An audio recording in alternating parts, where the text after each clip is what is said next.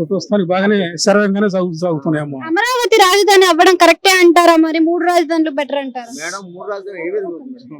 3 రాజధానులు బెటర్ అంటారా? ఒక రాజధాని బెటర్ అంటారా? 3 రాజధానులు కొంచెం విరుద్ధంగానే ఉంటుందమ్మా. ఎక్కడ లేదు కదా, మన ప్రపంచ చరిత్రలో లేదు. ఒకటి అంతవరకు పరిమితం, కానీ 3 రాజధానులు ఎక్కడ లేదమ్మా. ఒకటే బాగా దాన్ని డెవలప్ చేసుకుంటే బాగుంటుంది అందరికి ఉపయోగకరంగా.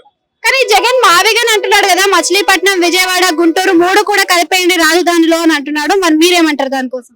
అదంతా ఆయన స్వయ నిర్ణయానికి వదిలేద్దాం అంతవరకు.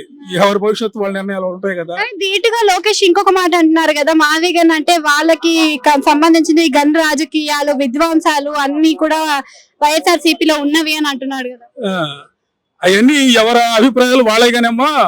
కానీ సమస్త ప్రజలకు సమానంగా అందరి భవిష్యత్తు బాగుండాలంటే ఒక రాజధాని ఒకటే బాగుంటుందమ్మా.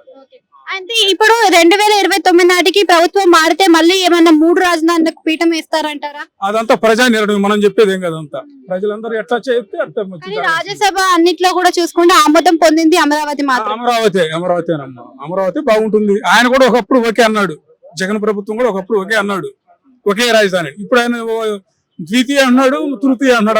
అనేది స్వయం నిర్ణయానికి వదిలేద్దాం.